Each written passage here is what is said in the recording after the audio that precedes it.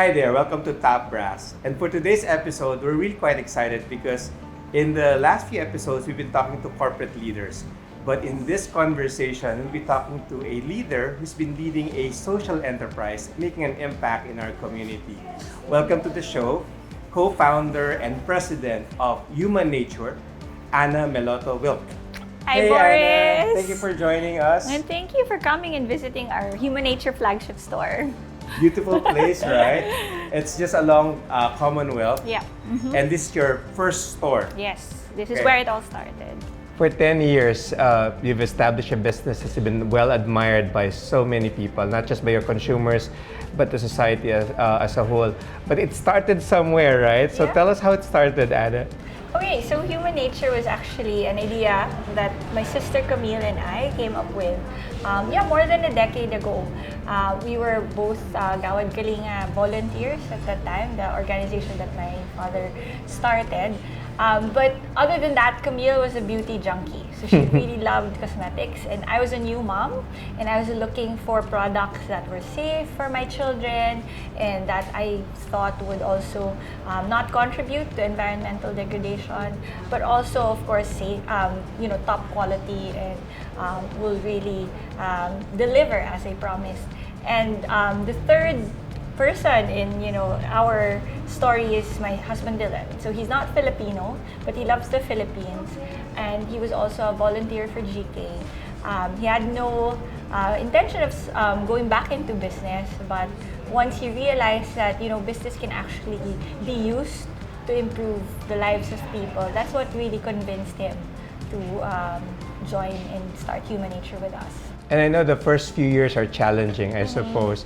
And you were venturing into this type of personal care business, practically not knowing anything. Yeah. And you've consulted people. What did they say? Yeah, so there were a group of our friends, family friends, who were very accomplished business people who were very encouraging. They saw that this was an emerging market. There was a trend towards natural, so they were very, very positive.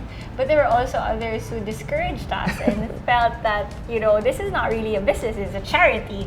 And some of them didn't think that this would last even.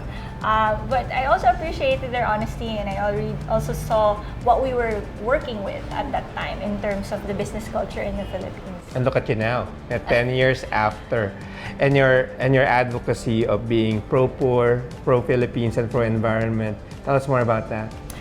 So those are really our core principles, even from the beginning. We are pro-poor, meaning we exist because we want to bring people out of poverty, and we do that through a number of things by providing opportunities in a workplace where we can really bring people from poverty into the new middle class.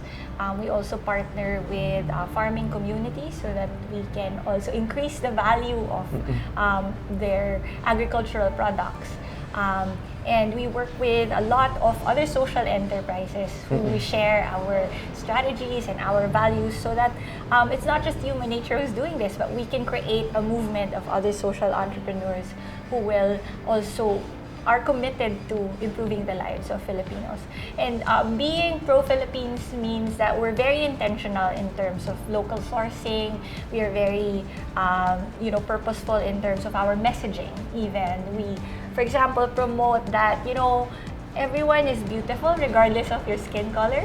You don't have to just be mestiza or white to be considered beautiful. And we also promote, being natural and having substance. So it's really about positive messages, especially to young Filipino teenagers who might be bombarded with all sorts of different messaging of what beauty is supposed to be. And then finally, it's about being pro-environment. So from the beginning, we formulated our products so that they are non-toxic. So when we dispose of them, they don't pollute our oceans. We have a big drive to also change our packaging now to more sustainable materials. And it's really about being good stewards of the planet. Wonderful. So if I may add there, it's not just ProPoor, Pro-Philippines, Pro-Environment.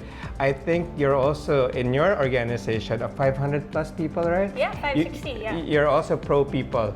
I hope so. In that sense, like I was mentioning that we have now reduced our work hours. So you can either choose a 4-day work week or 6.5 hours for 5 days a week. So that gives more time for family, to pursue your passion or your hobbies, to also allow you to get home in good time, because with the growing traffic problem and all of those things, we just want to really give people, quality of life. We don't want them to live to work. We want them to work so they can have a life. Having said all of that, it's wonderful that you're doing all those benefits for your people and you want them to build a life. You talked about fullness of life earlier. Now, let's talk about how you lead them in order to have that kind of fullness of life. Yeah. So, we live by, certain core values, and I would like to mention two things. One is stewardship.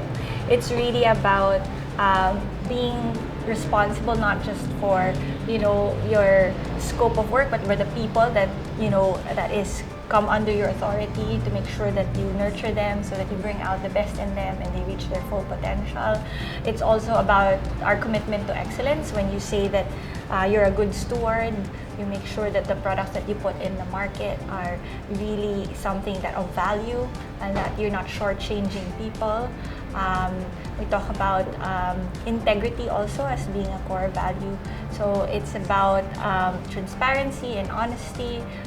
We have a no bribing policy in terms of our dealings with all of our partners, in terms of dealing with government agencies, because we believe that if you are faithful and consistent to these values, sometimes it's very difficult to stick to them, but in the long term, it really defines who you are, and it brings out, the long-term benefits that we want, not just for the company, but in really bringing out the best in our people.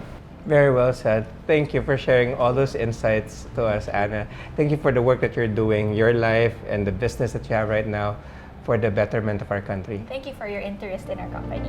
Thank you.